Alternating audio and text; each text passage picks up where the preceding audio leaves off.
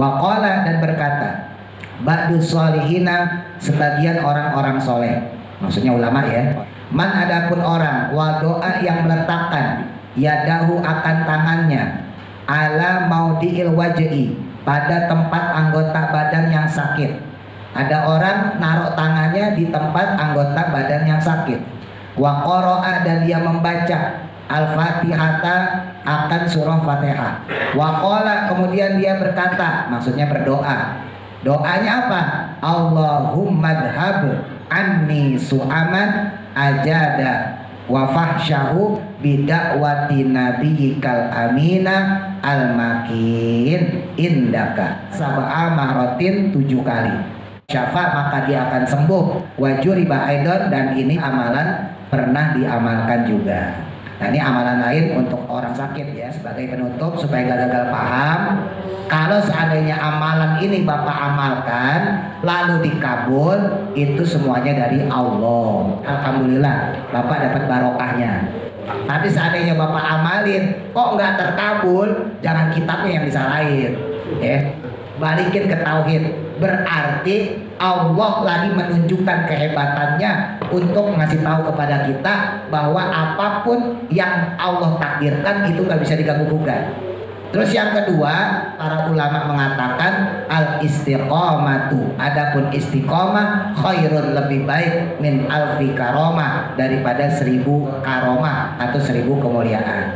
Jadi satu Fatihah yang Bapak baca tapi istiqomah, sebetulnya itu lebih hebat, lebih baik, lebih dahsyat daripada 1000 yang Bapak punya berupa karomah atau keramat tadi.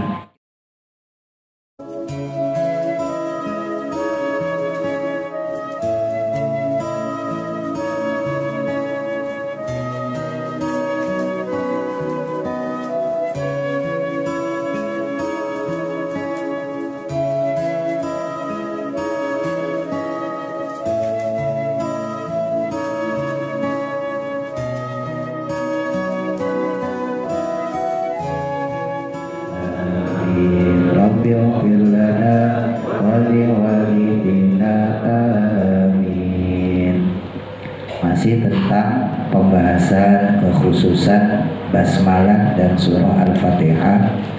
Selanjutnya halaman kelima, baris keempat dari atas.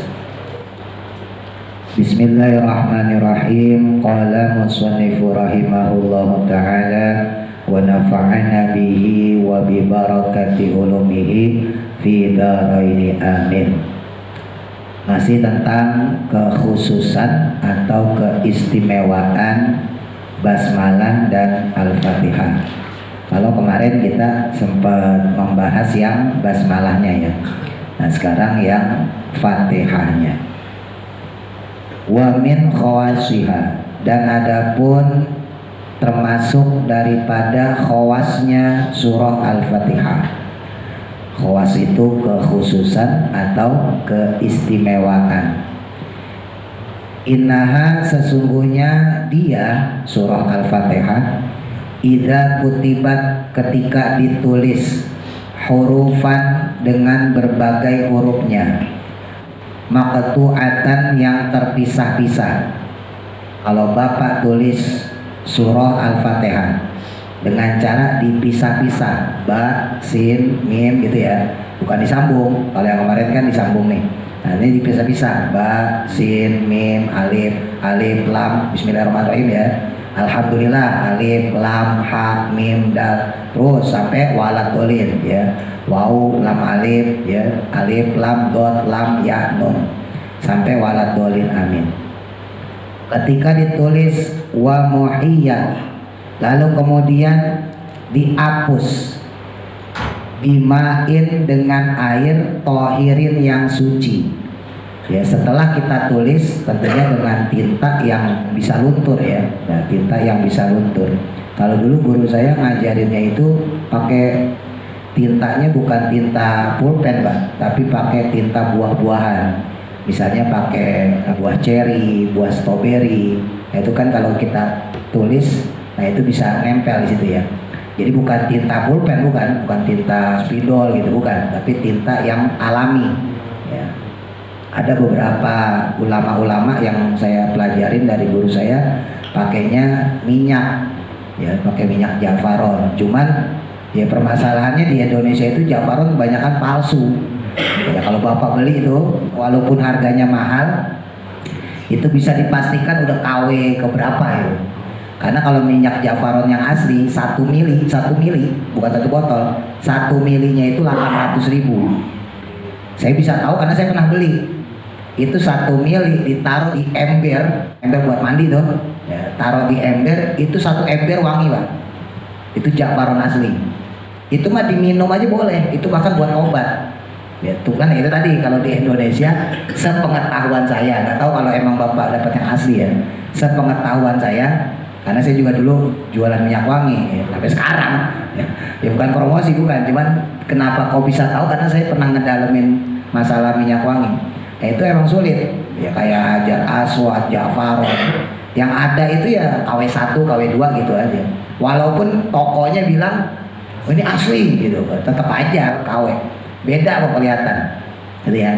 Jadi seandainya pun kalau dulu beberapa guru saya mengalternatifkan pakai minyak jafaron, cuman sulit ya. Paling gampang yaitu pakai buah, ya entah pakai stroberi, buah naga. Nah itu tajam tuh, pokoknya yang warna-warnanya tajam. Saya tulis, kemudian disiramin pakai air yang suci mensucikan. Jadi bukan air biasa ya, airnya suci, bukan air mustakmal, bukan air najis.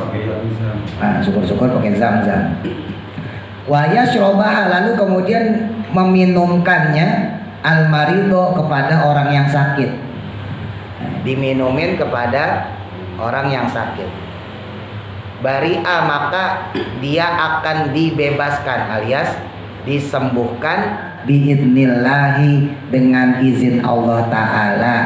Wasyaroba, dan kalau kita minum juga ya, jika meminum minhu darinya, bukan cuman hilang penyakitnya, tapi juga zala akan hilang nisyanuhu, sifat pelupanya, sifat pikunnya juga bisa hilang. Kalau dulu guru saya ngajarinnya itu diminumnya itu Pak sebelum belajar. Di kalangan santri sendiri amalan seperti ini umum, jadi udah biasa dipakai sama kalangan santri ya. Tapi sebetulnya santri itu kan juga nggak semuanya pelupa, banyak yang pinter-pinter tapi tetap ngamalin ya, termasuk saya sendiri. Walaupun nggak gampang pikun saat itu, kalau sekarang mah udah sering lupanya ya, saat itu ya tetap saya ngamalin juga. Beberapa guru saya juga ngamalin seperti itu. Nah jadi ada dua manfaatnya ya untuk meminumkan kepada orang yang sakit dan orang yang mudah lupa. Tapi ini Fatihah ya, bukan basmalah. Diingat-ingat, kalau yang basmalah kan kemarin udah ya, ini Fatihah. Terus yang kedua, wa idza quri'at, dan ketika dibacakan. Kita membaca ihda wa arba'ina marrah, 41 kali. Baina sunnati subhi, di antara sholat sunnah subuh ya, sholat qobliyah atau sholat sunnah fajar ya. Sholat sunnah fajar bahasa hadis, sholat qobliyah bahasa fikih ya. Jadi qobliyah ba'diyah itu bahasa fikihnya. Antara qobliyah subuh wal faridoti, dan juga fardu subuh dibaca 41 kali. Cuman ini tergantung musola masjidnya ya. Kalau musola masjidnya kayak yang udah pakai timer ya mungkin nggak dapet ya. Jadi kalau musola masjid yang timernya lama atau musola masjid yang biasanya sholat subuhnya itu memang diakhirkan. Kalau di pondok itu sholat subuh sama sholat asar itu diakhirkan Pak ya, karena memang sunnahnya begitu. Jadi misalnya subuh azan jam 4:30 gitu ya gampangnya ya. Nah mulai sholat subuhnya ntar jam 5 paling. Kalau kita kan enggak ya, jam 4:30 seperempat udah mulai sholat. Kalau di pondok itu enggak, jam 5 atau jam 5:05 pokoknya masih gelap, kan belum terbit. Dan memang ada kesunahan untuk sholat subuh itu diakhirkan. Makanya kalau bapak pernah haji, umroh, sholat di Mekah, di Madinah ya, habis sholat keluar udah terang. Coba aja ya, kenapa? Karena memang sholatnya diakhirkan dan sunahnya memang diakhirkan. Ala wajahil aini, dibacakan untuk orang yang punya penyakit mata. Ini mata beneran, bukan mata pencaharian ya. mata beneran, ya entah katarak, entah minus, plus dan sebagainya. Bariat maka akan bebas dia, akan sembuh dia ajilan dengan segera, dengan cepat, biidnillahi dengan izin Allah Ta'ala. Sima terlebih lagi idza masaha ketika mengusapnya biriqihi dengan air liurnya ba'dal qiraati setelah membaca Fatihah tersebut. Al-madkurati yang disebutkan. Jadi baca 41 kali, kemudian tiupin ke tangan, usap ke mata kita. Insya Allah dijauhkan dari penyakit lamur, minus, plus ya dan sebagainya. Terus kemudian wadzalika dan adapun hal tersebut juga nafiun bermanfaat lil aini untuk penyakit mata wa ghairiha dan selain penyakit mata insyaallah ta'ala jika Allah menghendaki. Nah, metode tadi itu bisa digunakan baik untuk penyakit mata maupun bukan penyakit mata. Jadi penyakit lain juga termasuk. Mungkin Bapak pegel-pegel ya, terus kemudian baca Fatihah 41 kali, tiupin terus usapin ke badan yang pegel atau yang sakit. Ya, ini kalau kayak gini tukang urut gak laku ntar. Ya. Ini buat fadilah-fadilahnya. Titik. Waqad juriba dan telah dicoba alias diamalkan ya semua hal tersebut. Jadi fadilah-fadilah ini bukan cuma tertulis tapi udah diamalkan. Wasoha dan ya soheh mujarab miroron berkali-kali. Jadi Syekh Ahmad Yasin bin Asmuni pengarang kitab ini, beliau mengatakan ini amalan bukan baru dipakai sekali dua kali, maksudnya bukan dipakai cuma satu ulama, dua ulama, udah banyak ulama amalan-amalan ini dipakai dan berkali-kali juga mujarab gitu. Waqala dan berkata ba'dus solihina sebagian orang-orang soleh, maksudnya ulama ya, orang soleh di sini. Man adapun orang wadoa yang meletakkan yadahu akan tangannya ala maudiil wajhi pada tempat anggota badan yang sakit. Ada orang naruh tangannya di tempat anggota badan yang sakit. Wa qara'a dan dia membaca al-fatihata akan surah Fatihah lengkap ya, berarti dari basmalah sampai waladhdallin amin. Wa qala kemudian dia berkata, maksudnya berdoa. Doanya apa? Allahumma dhhab anni su'aman ajada wa fahsyahu bidakwati nabiyyikal amina al-makin indaka.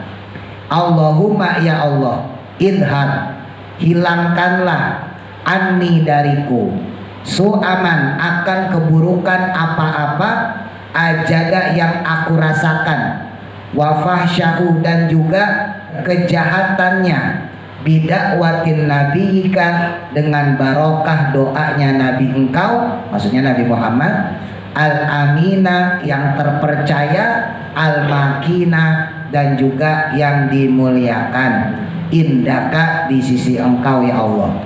Baca tuh Fatihah sama doa ini sab'a marotin 7 kali. Syafa maka dia akan sembuh. Wajuriba aidon dan ini amalan pernah diamalkan juga. Nah ini amalan lain untuk orang sakit ya. Dulu ini juga alternatif dari guru saya bilangnya ya waktu itu, kalau memang doanya tidak hafal baca sholawat as-salatu wassalamu alaika ya Rasulullah, as-salatu wassalamu alaika ya Habiballah, diganti jadi untuk bacaan doa kalau nggak hafal dibaca berapa? 7 kali sama ya, dibacanya 7 kali lalu kemudian diusapin sama kayak tadi, diusapin ke bagian anggota badan yang sakit, insya Allah disembuhkan sama Allah. Wa min khawasiha dan masih juga tentang keistimewaannya Fatihah, yaitu limani il alimil ladabil akrobi, untuk menghilangkan rasa sakit sebab gigitan kalajengking.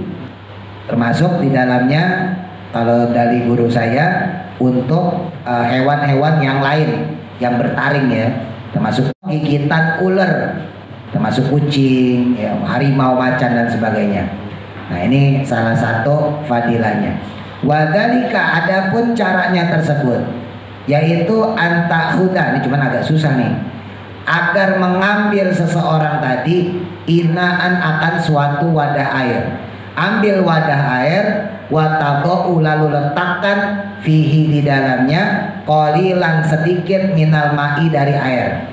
Ambil satu wadah air, mangkok atau baskom ya, tuangin sedikit air, ma'a qit'atin malhin, dengan potongan atau irisan garam.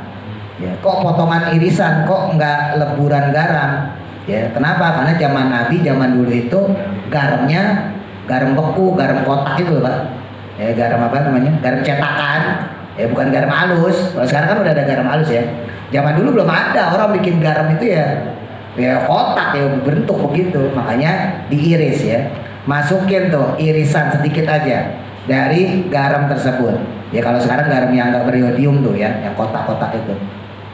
Wa taqra'uha, kemudian membaca surah Al-Fatihah alaihi, pada air tersebut, sab'an, sebanyak 7 kali. Wa tasqihi, lalu meminumkannya, lil maldu'i, kepada orang yang digigit tadi, ya digigit kalajengking atau ular dan sebagainya. Fa innahu, maka sesungguhnya dia itu yabra'u, akan segera disembuhkan. Ya, ini penyakit-penyakit yang ditimpakan dari hewan ya. Titik. Wa min khawasiha, dan adapun termasuk daripada khasiatan keistimewaan surah Al-Fatihah, innaman, sesungguhnya orang, qoro'aha, yang dia membaca, ala dorsi, atas gusinya ya, al mauju'i, yang sakit, giginya sakit, gusinya sakit. Nah, bari'u, maka dia insya Allah akan sembuh, min saatihi, dengan seketika juga ya. Wadalika, dan adapun caranya tersebut, nah, ini yang buat sakit gigi, cuman caranya agak susah nih, yaitu caranya antaktuba, dengan cara menulis ala lauhin, di suatu papan, tohirin, yang suci ya. Bisa pakai papan, bisa pakai kertas Pak ya, pakai papan. Kalau zaman dulu kan belum ada kertas ya, bisa pakai kertas atau karton, tulis ya. Ba'dani, kemudian setelahnya, tadoa, meletakkan alaihi, pada papan tersebut ya, pada tempat tersebut. Kalau kita pakai kertas atau kardus ya, berarti kertas atau kardus ya. Romlan, pasir, tohiron, yang suci. Taroin, pasir yang bersih, yang suci, bukan bekas kotoran ya, kucing misalnya, bukan. Pasir yang suci. Watakunul kitabata, lalu kemudian tuliskanlah, bimismarin, dengan paku, auudin, atau dengan kayu. Tulis pakai paku atau tulis pakai kayu ya, maksudnya biar berbekas di situ. Taktubu, yang mana tertulis, tulisannya apa? Abjadun, hawazun, hatoyun ya. Ini abjad zaman dulu ya. Kalau di Sunda, di Jawa itu hono coroko ya. Orang Jawa hono coroko, kalau orang Sunda hana caraka, data sawala, sama aja. Hono coroko, doto sawolo, dan seterusnya ya. Nah, hijaiyah zaman dulu itu bukan alif bata sa jim hao.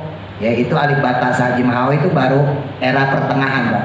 Di zaman Nabi, zaman tabi'in, huruf abjad hijaiyah itu ya abjadun. Makanya disebut abjad. Karena dulu itu alif ba jim dal. Jadi bukan alif ba ta sa jim hao, bukan.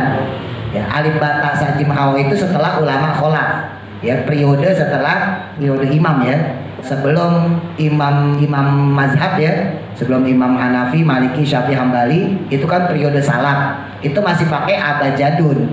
Ya, masih pakai abjadal ya. Nah, kalau zaman saat itu, nah setelah periode beliau-beliau, maka digantilah dengan abatasa jim haho dan seterusnya itu. Nah, kita tulis tuh a, ba, jim, dal, a, wa, zai, ha, to, ya. Nah, hiya, adapun dia itu huruful wifki, itu adalah huruf wifik atau wafak. Ya, itu huruf-huruf wafak. Makanya kalau ada orang-orang yang perdukunan ya itu sering pakai yang namanya wafak. Wafak itu bisa dipakai kertas, bisa dipakai kayu. Tapi ini saya nggak ngajarin perdukunan ya Pak. Ya, ntar saya kasih rem belakangnya ya. Nah, jadi, maksudnya daripada Bapak ke dukun ngapain kagak jelas, mendingan kita ngamalin sendiri gitu. Asulasiyu yang bangsa 3, ya, maksudnya ada 3 macam. Watasyadu dan kemudian ya tancapkan bil bismari dengan paku tadi, awil udi atau kayu tadi, ya ala awali harfin pada huruf pertama. Ya setelah kita tulis tuh ya abajadun dan seterusnya, terus kita pegang tuh kayu atau misalnya paku, terserah sama aja. Oh, zaman dulu kan paku yang kayu sama aja. Nah terus tempelin ke huruf pertama, misalnya alif ya, kan abajadun, tempelin ke huruf A dulu, kita tempelin tuh A. Nah setelah ditempelin ini buat sakit gigi nih, bukan buat nyari rezeki, bukan, beda ini. Ya biasanya yang ditungguin kan nyari rezeki terus. Nah ini ditempelin ya ke huruf tersebut. Kemudian watakro'u, lalu kamu membaca al-fatihah akan fatihah marotan 1 kali, baca fatihah 1 kali. Watas alu, lalu kemudian kamu tanya sohibal wajhi kepada orang yang sakit gigi. Ya, wahwa adapun dia itu wadiun sambil meletakkan usbu'ahu akan jari jemarinya itu ala maudi'il alami atau ala maudi'il alimi sama aja, pada tempat yang sakit. Ya, ketika kita tempelin tuh kayu ya, huruf alifnya dulu ya, alif tempelin, terus kita tanya kepada orang yang sakit gigi itu sambil memegang ya, sambil memegang bagian yang sakitnya itu. Bacalah kita kemudian Fatihah 1 kali, watakulu, lalu kemudian kita bertanya ya, kamu bertanya lahu kepadanya, hal syaqqa, apakah kamu masih merasakan sakit? Ini masih nempel nih ya, masih nempel, dia juga tangannya masih nempel. Terus kita tanya, apakah kamu masih merasakan sakit? Fayajibuka, maka dia harus menjawab wala yazilu, tanpa melepaskan usbu'ahu akan jari jemarinya dia atau tangannya dia. Dia ngejawab tanpa melepas tangannya. Ya, tangan kita nggak ngelepas dari tulisan huruf alif, tangan dia juga nggak ngelepas dari pipinya yang sakit gigi itu. Fa in safa, maka jika dia sembuh, ya udah cukup, nggak usah diterusin lagi. Ya, kalau dia ditanya, udah sembuh belum? Udah, ya udah, selesai berarti.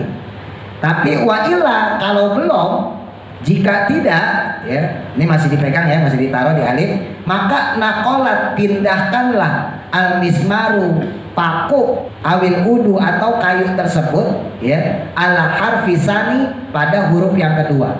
Kalau pas ditanya masih sakit gak? Masih. Nah maka pindahin dari yang huruf alif, pindahin ke huruf ba. Ya, tangan kita pindahin. Lalu kemudian watakro'u, lalu kamu baca lagi al-fatihata, surah fatihah marotaini 2 kali. Kalau tadi yang pas alif baca fatihahnya 1 kali, pas yang keduanya bacanya 2 kali. Ya, atas aluhu, lalu kamu tanya dia aidon lagi, tanya lagi, udah sembuh belum?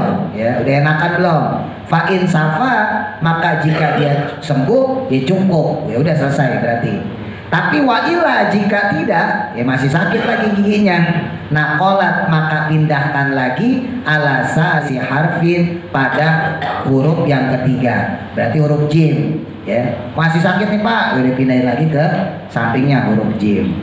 Ya, watakro'uha, dan baca lagi Fatihahnya, bacanya berapa? Salasan 3 kali. Jadi berlipat ya, 1 kali, 2 kali, kemudian 3 kali. Watas aluhu, dan kemudian kamu tanya lagi dia kama taqaddama, sebagaimana yang telah dulu, maksudnya yang udah dilakukan. Wala tazalu, dan jangan berhenti tas'aluhu, kamu menanyakannya inda kulli harfin, ketika pada setiap satu huruf tanakulu, yang mana kamu pindahkan ilama, kepada huruf huruf ba'dahu setelahnya. Wa tazidu dan juga kamu tambahkan al-qiraata akan bacaan Fatihahnya fi kulli harfin pada setiap huruf marotan akan satu kali mimma dari apa-apa tablugu yang kamu sampai akhiroha akan akhirnya. Tuh.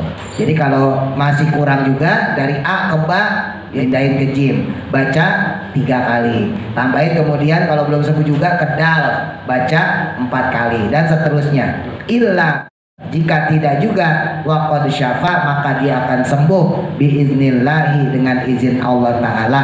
Lakin tetapinya ma'a husnizon, melakukan yang tersebut itu harus dengan husnuzon, dengan baik sangka. Ya, maksudnya apa? Yakin minal waji'i dari orang yang sakit, wal maghromi dan juga pengobatannya. Orang yang sakitnya harus yakin, yang ngobatinnya juga harus yakin. Ya, kan ada kadang-kadang orang yang ngobatin yakin, nah yang diobatin ragu. Nah itu yang bikin susah sembuh.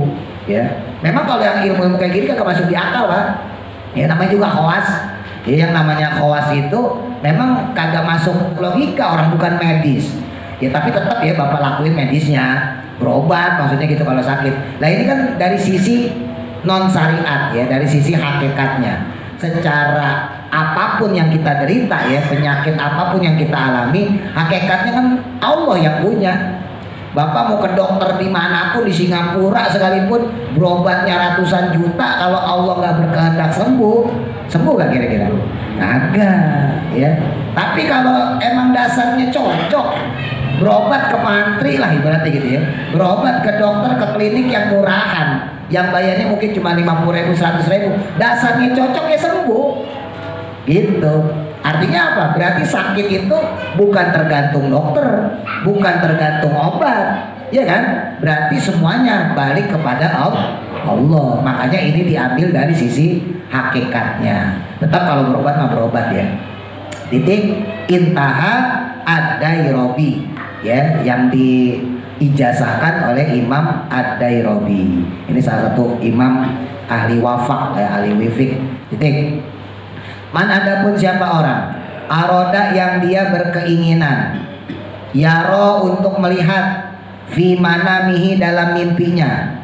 Nah ini biasanya bisa juga dipakai untuk orang-orang yang kehilangan, tapi ini secara khusus untuk orang yang disayangin ya.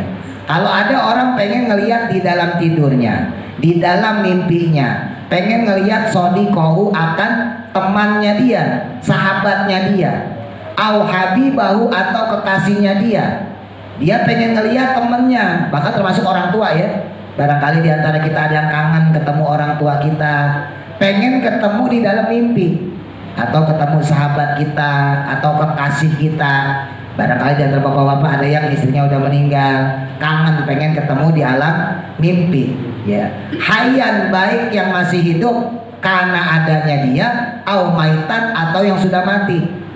Baik yang kita pengen temuin itu orangnya masih hidup atau sudah mati. Wa kadzalika dan juga hal tersebut man yaitu orang kanat yang ada lahu baginya hajatan hajat. Nah ini termasuk untuk hajat illallahi kepada Allah Ta'ala. Ada 2 berarti ya fadilahnya. Fadilah pertama untuk orang yang pengen menemukan sahabat atau orang lain yang dia mau, yang dia tuju. Makanya tadi saya sampaikan ada beberapa guru saya mengatakan andai kata kita kehilangan sesuatu ya, kita menduga-duga gitu ya. Nah ini bisa diamalin. Di mana hilangnya tuh sesuatu tersebut ya, itu bisa diamalin. Atau yang kedua ya, bisa diamalin juga untuk hajat. Ada keinginan yang mungkin belum terkabul oleh Allah. Apa caranya? Nih caranya. Fal yubit ya, maka hendaknya dia dalam keadaan tohiron suci. Pertama dia tidur itu tetap dalam keadaan suci ya, makanya wudhu dulu. Sebetulnya sih ini mau ngamalin gak ngamalin ya, usahain Bapak kalau mau tidur itu dalam keadaan suci, dalam keadaan wudhu. Ya Pak Ustadz kan kalau tidur membatalkan wudhu ya, iya. Tapi tidur setar awalnya dalam keadaan wudhu. Kalau tidur ya tetap batal Pak, ya namanya tidur ya kan. Nah Termasuk walaupun kita mau hubungan badan sama istri misalnya, lah pegang istri ya batal, tapi start awalnya tetap wudu dulu, suci dulu gitu. Nah ini terlebih lagi ketika mau ngamalin, ya maka bersiap dulu kita dalam keadaan badan suci, ya dari najis, dari hadas dan sebagainya.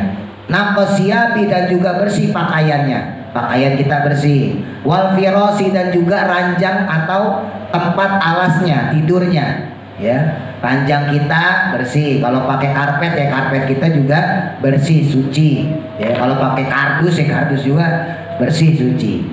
Fisaubin dan juga memakai pakaian abyadin yang putih, tohirin yang juga bersih, suci. Zikril raihati dengan memakai wewangian, ya pakai pakaian yang putih dan kemudian memakai wewangian. Bebas ya, kalau wewangiannya bebas mau pakai apa aja. Ini dulu guru saya juga ngijazain buat ngelihat Nabi, tapi saya sendiri sampai sekarang nggak pernah ngamalin kalau yang buat ngelihat Nabi ya. Tapi tadi tambahin sholawat kamilah, ya sholawat kamilahnya itu dibaca 99, di 100-in boleh. Dalam keadaan suci ya, sebelum tidurnya baca sholawat. Tapi nanti ada amalan lagi ya, ada amalan lagi. Tapi nanti ditambahin kalau pengen mimpinya ketemu Nabi, baca sholawat nariyah 99 kali. Ya bacanya cepet aja, nggak usah dilaguin. Kalau Allahumma sholli sholatin kelamaan. Baca sholawat nariyah, sholawat kamilah tuh kalau dibaca cepet ya selesainya cepet juga. Allahumma sholli sholatan kamilatan wa salim salaman taman ala sayyidina Muhammadin alladzi tanalu bil uqad wa tanfariju bil qurab wa taqdu bil hawaiz wa tunalu bil raqaib wa husnul khawatim yustasal qamam bi wajhil karim wa ala alihi wa sahbihi fi kulli lamati wa nafasi bi adadi kulli ma'lumilah. Cepet lah, enggak ada 1 menit. Ya, Allahumma sholli sholatan kamilatan wa salim salaman taman ala sayyidina Muhammadin alladzi tanalu bil uqad wa tanfariju bil qurab wa taqdu bil hawaiz wa tunalu bil raqaib wa husnul khawatim yustasal qamam bi wajhil karim wa ala alihi wa sahbihi fi kulli lamati wa nafasin bi adadi kulli ma'lumilah. Cepat, enggak ada 1 menit kan? Nah, kalau 100 ya berarti kurang lebih ya 1 jam ya, kurang lebih ya. Kurang lebih segitu lah. Nah, itu buat tambahannya. Tapi kalau yang ini saya nggak pernah, jujur ya. Untuk yang ini saya nggak pernah ngamalin, walaupun saya udah dapat amalannya dari guru saya. Karena saya sampai sekarang masih ngeri ketemu Nabi. Mau ngapain? Orang kan pada pengen ketemu Nabi Muhammad ya, mimpi ya. Kalau saya takut Pak, ya saya malu kalau ketemu Nabi. Lah udah bisa apa? Seandainya saya ketemu sama Nabi ya, dimimpiin ketemu Nabi Muhammad. Terus kan Nabi bakal tanya, gimana jalani sehat? Terus apa yang harus saya omongin di hadapan Nabi? Saya udah bisa apa maksudnya gitu? Saya udah bisa membuat Rasul bangga dari mana? Kan itu pertanyaannya. Nah itu kadang-kadang yang nggak dipikir sama orang, pengen ngimpi ketemu Nabi. Ya siapa sih yang nggak pengen ketemu Nabi? Ya, semua orang pasti pengen ketemu Nabi. Cuma pertanyaannya coba bayangin, andai kata kita ngimpi ketemu Nabi, terus kita mau ngomong apa? Misalnya kita hafal Quran, wah enak. Alhamdulillah ya Rasul, saya sekarang sudah hafal Quran. Bangga gak Nabi? Bangga. Atau kita tiap hari baca maulid, ya Rasul alhamdulillah saya udah ngedawamin, saya istiqomah tiap malam saya baca sholawat, saya baca maulid mengenang kelahiran engkau ya Rasul, saya muji-muji engkau ya Rasul. Bangga gak Nabi? Bangga. Lah sekarang mimpinya doang pengen ketemu Nabi. Ya baca Quran legak-legok, sholat jamaah bolong-bolong. Apa yang mau dibanggain Pak? Malah bangga apa malah malu? Malah malu, harusnya gitu, paham ya? Makanya itulah yang membuat saya sampai sekarang nggak berani. Saya takutnya itu ketemu Nabi terus saya mau banggain apa? Kan pasti ditanya, jalani kamu dakwahnya gimana? Udah ikhlas belum? Kan begitu.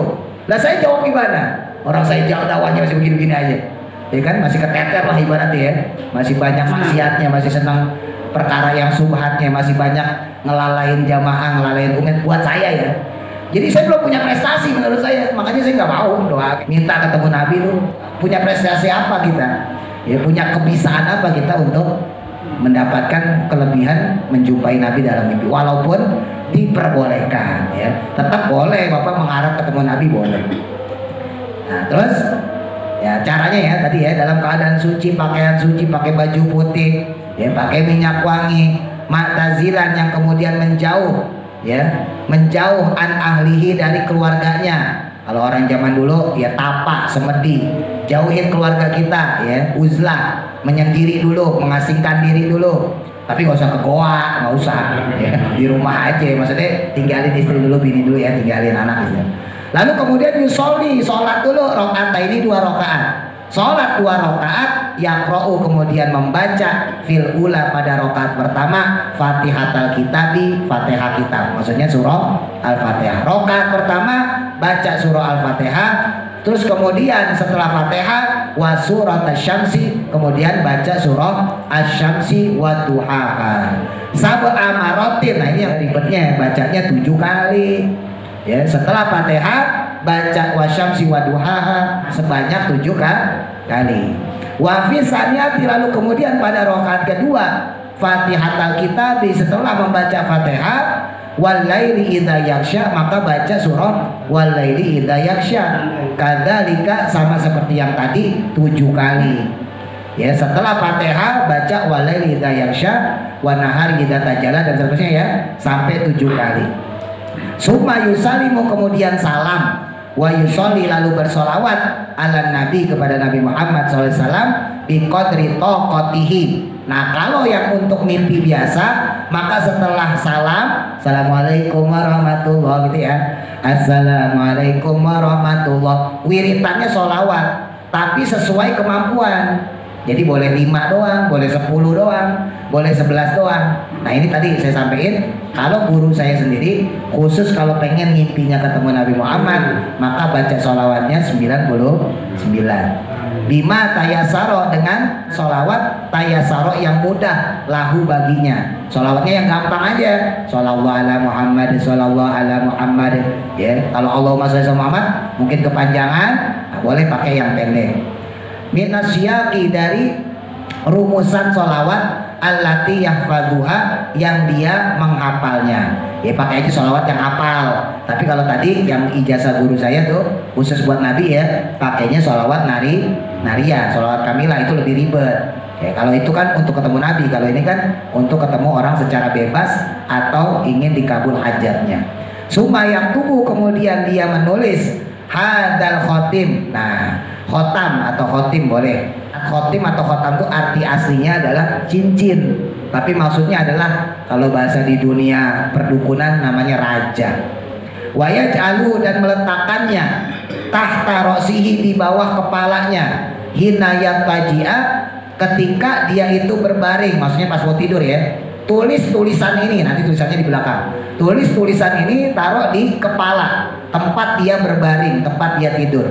Fa innahu, maka sesungguhnya dia, orang tadi ya, ketika dia tidur dalam keadaan seperti itu ya, bajunya bersih, pakaiannya bersih, suci, wangi, sholat 2 rakaat, baca surat As-Samsi dan juga surat Al-Lail, kemudian baca sholawat ya, kemudian nulis tulisan ini nanti, maka yazharu, akan tampak atau akan terkabul lahu baginya ma, sesuatu qad nawahu, yang mana telah dia niatkan, fi qalbihi, dalam kolbunya, dalam hatinya, fi naumihi, dalam tidurnya itu. Jadi apa yang dia niatkan, apa yang dia pengen, maka insya Allah akan ketemu di dalam mimpinya itu. Kalau buat yang mimpi, kalau buat yang hajat, maka insya Allah setelah bangun tidur maka akan dia temukan hajatnya itu. Wahada, dan adapun ini, huwa, adapun dia, maksudnya tulisan ya, al-khotimu, yaitu raja atau tulisan, al-mubarak, yang mana diberkahi. Apa tulisannya? Alif lam mim sod, lam mim sod, lam mim sod, alif mim sod, alif lam sod, alif lam mim. Nah, itu tulisan-tulisan raja. Kalau tadi wafat, apa jadun itu wafat. Tapi kalau tulisan surat, alif lam mim, yasin, kaf ha ya ain shad dan seterusnya, itu namanya raja, atau bahasa agamanya sebetulnya khotam atau khotim ya. Titik. Intaha, iha itu singkatan dari intaha. Intaha itu selesai. Siapa yang ngasih amalan ini? Muhammad As-Sanusi, Imam Muhammad As-Sanusi, salah satu imam ahli tauhid. Nanti kalau Bapak belajar tauhid lebih dalam, nanti akan sering ketemu lafaz-lafaz ya Imam As-Sanusi. Terakhir, qala, berkata Nabi Muhammad SAW, uktitu, diberikan aku Fatihatal Kitab, di Fatihah kitab ya, surah Fatihah maksudnya, min tahtil arsy, di bawah arsy ya. Jadi Nabi mengatakan, saya dapat Fatihah dari bawah arsy. Memang Fatihah itu salah satu surat yang turun kepada Nabi lebih dari satu kali, Pak. Ya, surat-surat Al-Quran itu kan turun pada Nabi biasanya satu kali atau dua kali ya. Nah, di antara surat yang paling sering turun pada Nabi adalah surat Fatihah. Itu berapa kali turun? Di Mekah turun beberapa kali, di Madinah turun beberapa kali. Makanya di sini disebutin Fatihah itu pernah turun dari Ars ketika Nabi Isra Mi'raj, pernah dapat Fatihah itu. Nah, terus kemudian waqala, dan berkata juga Nabi, man, siapa orang ata yang datang ila manzilihi, ke rumahnya. Disebutin siapa orang yang dia itu menuju rumahnya. Wa qara'a, lalu dia membaca surat Al-Fatihati, surah Fatihah, wal Ikhlasi, dan surah Al-Ikhlas. Mau masuk rumah baca Fatihah, baca Al-Ikhlas, nafa, maka akan hilang anhu, darinya al-faqro, akan rasa fakir, dihilangin, dicabut ya, rasa miskinnya, rasa kefakirannya. Wa kasaro, dan akan banyak khairahu, kebaikannya. Kebaikannya akan diperbanyak sama Allah. Jadi pahalanya diperbanyak oleh Allah. Intaha, selesai. Muhammad As-Sanusi, sama dijazakan oleh Imam Muhammad As-Sanusi. Sebagai penutup supaya gak gagal paham, kalau seandainya amalan ini Bapak amalkan lalu dikabul, itu semuanya dari Allah.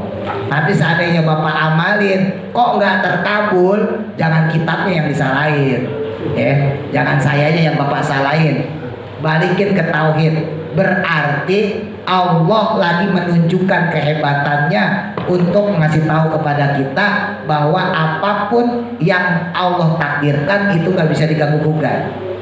Ya, ini tauhid nih. Ya, sekali lagi, kalau Bapak ngamalin dari berbagai hal yang kemarin kita pelajarin, kok dilalanya terkabul, berarti alhamdulillah Bapak dapat barokahnya. Tapi seandainya nggak terkabul, jangan ngegerutu, ya, jangan ngersulo, ya, jangan kecewa. Kenapa? Karena itu secara tauhid berarti Allah lagi menunjukkan kehebatannya.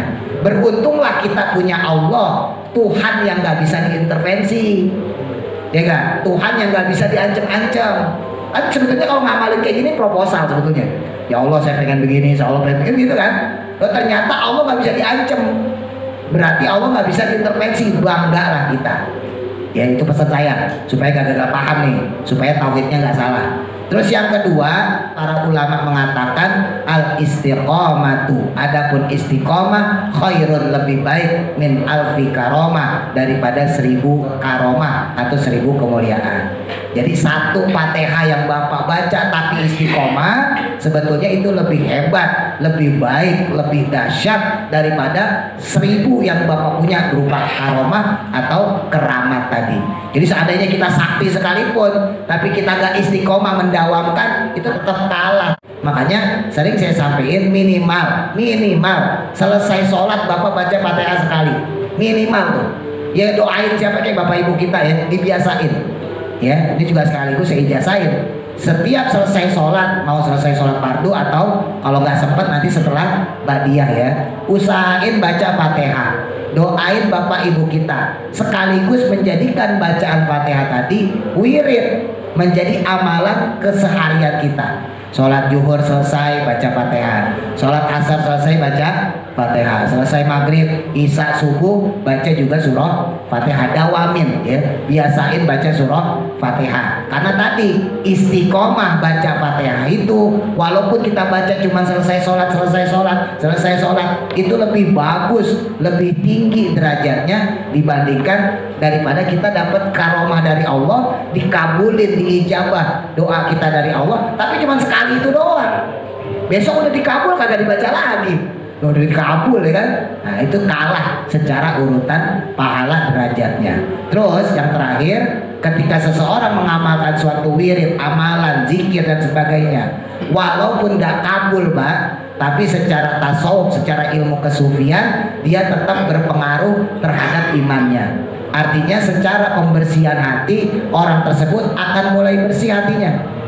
Jadi gak usah khawatir kalau Bapak ngamalin suatu amalan tapi kok gak kabul. Bapak ngamalin suatu zikir tapi gak diijabah sama Allah. tetap hakikatnya ada manfaatnya. Minimal kolbu kita lama-lama bersih, kolbu kita lama-lama jernih, bersih, batin kita nggak kotor lagi. Kalau batin jernih, kolbu kita bersih, maka akan timbul yang namanya firasah. Dalam bahasa kita namanya firasat. Firasah atau firasat itu bisa menguat kalau hati kita bersih. Bapak kan sering nih, mohon maaf ya, kita kalau lagi jalan, kayaknya kalau ke sini saya bakal jatuh nih, kayaknya kalau ke sana kayaknya saya bakal celaka nih, tapi kita tetap aja jalan, bener aja tuh, pas sampai sono jatuh, sampai sono celaka. Nah itu namanya firasat, namanya firasat kalau bahasa Indonesia.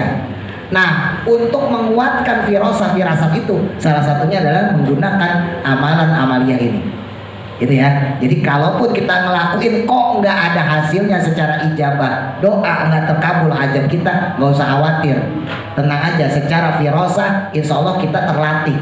Jadi suatu saat ada ngerentak hati gitu ya, entah kebaikan atau keburukan, ya jalanin. Nah itu yang disebut dengan hati kecil tuh. Hati kecil saya ngomong jalan nih, jalan. Hati kecil saya ngomong enggak nih, enggak. Itu untuk ngasah itu. Jadi wirid, zikir itu juga untuk mengasah firasah kita, naluri kita, ya supaya peka terhadap sesuatu baik yang baik dari Allah ataupun yang buruk. Itu ya. Bermanfaat. Al-Fatihah. A'udzubillahi minasyaitonirrajim. Bismillahirrahmanirrahim. Alhamdulillahirabbil alamin.